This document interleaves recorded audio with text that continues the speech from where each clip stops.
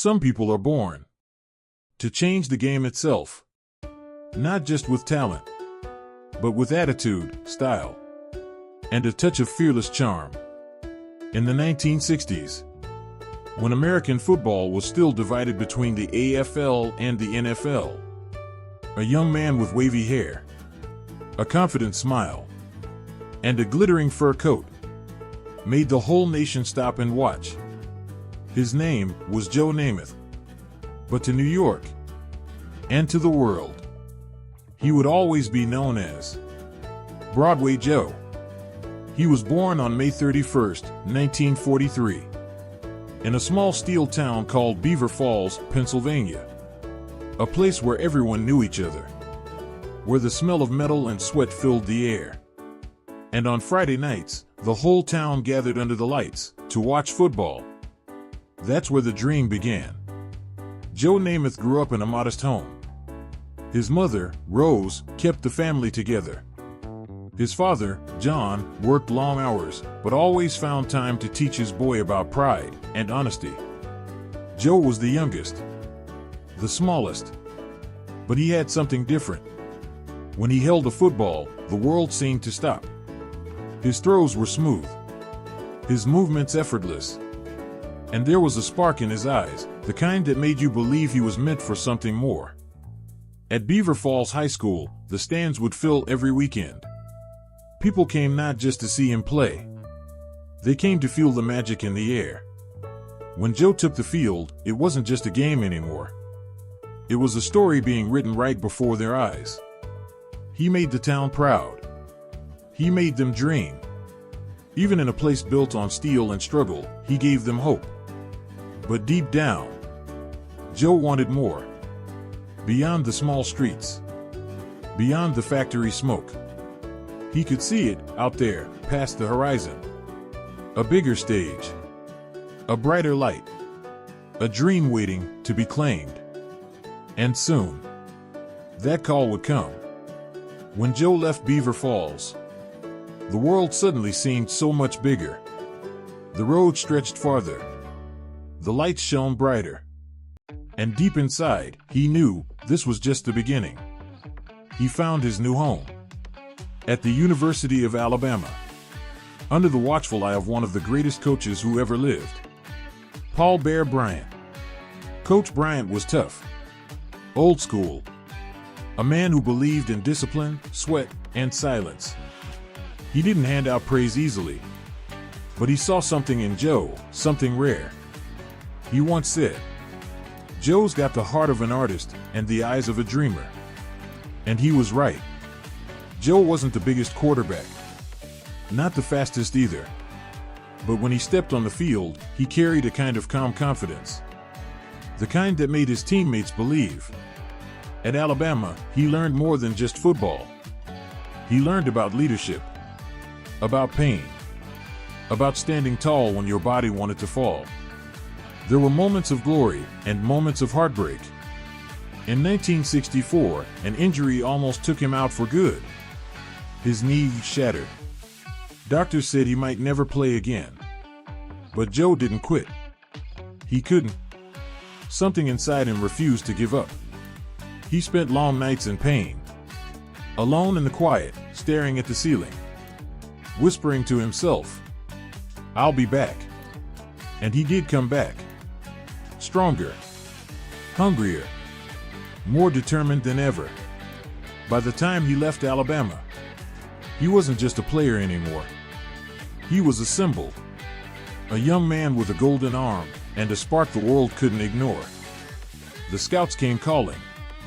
The headlines began to follow his name. And somewhere out there, in the city that never sleeps, a stage was waiting for him. New York. Broadway lights. The next chapter of his legend was about to begin. By 1969, Joe Namath had already become a name people whispered about. The flashy kid from Beaver Falls, now the face of the New York Jets. The lights of Broadway loved him. The cameras followed him everywhere. Silk suits, convertible cars, that easy smile. He was Broadway Joe. But behind the charm was a man with something to prove. The AFL, the league Joe played in, was seen as second class. The NFL was the giant, the old guard, the untouchable empire of football.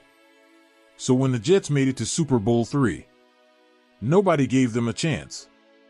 Not one. The odds? 19-1 against them. The critics laughed. The experts smirked. The Baltimore Colts were supposed to crush them. But Joe Namath didn't see it that way. At a press event before the game, a reporter asked him how he felt about the odds.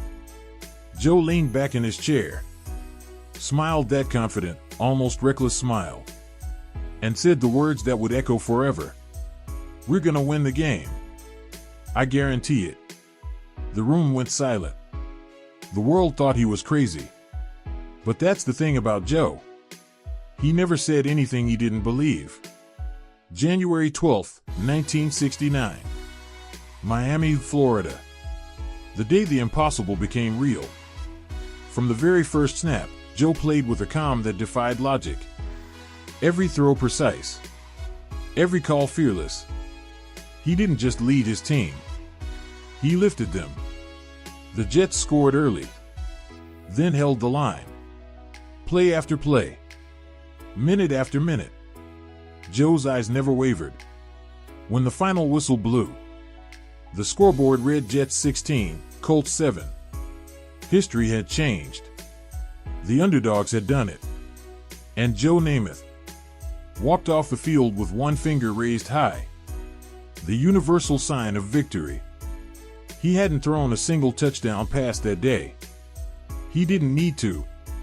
His leadership, his belief, his promise was enough. That moment wasn't just a win for New York. It was a win for belief itself. A reminder that sometimes faith and courage can rewrite the odds. And that's how Broadway Joe became more than just a quarterback. He became a legend. After that magical day in Miami, Joe Namath had everything. Fame, fortune, the city at his feet. Broadway lights followed him wherever he went. Television shows, commercials, endless interviews. He was more than an athlete. He was an American icon. But behind the glamour, the pain never really left. His knees, shattered from years of hits, reminded him every morning that even legends bleed. He played through the pain, through the cheers and the doubts. But as the years passed, the cheers grew softer, the crowds thinner, and the man who once seemed invincible began to fade from the spotlight. There were struggles with fame, with loneliness, with himself. He stumbled. He fell. But Joe never hid from who he was. In time, he found peace. Not in victory, not in headlines, but in reflection. He became a father, a mentor, a voice of wisdom in the game he loved. Now, when Joe Namath looks back, he doesn't see the money or the fame. He sees the people, the moments, the faith that carried him through it all. And even as the lights dim, that smile remains. Because Joe knows true greatness isn't found under the spotlight. It's found in how you carry the light. When the spotlight is gone, time moves on. The cheers fade. The lights dim. But some names never leave us. Joe Namath wasn't just a quarterback. He was a spirit. A dreamer who made people believe that courage could outshine fear, and confidence could rewrite destiny. From Beaver Falls to Broadway, his story reminds us that life is never just about winning. It's about daring to believe, even when no one else does. So tonight, as we look back on that golden age of football, we remember the man who turned faith into history, the man who smiled under pressure and made a promise to the world. then kept it. Broadway Joe, a legend forever.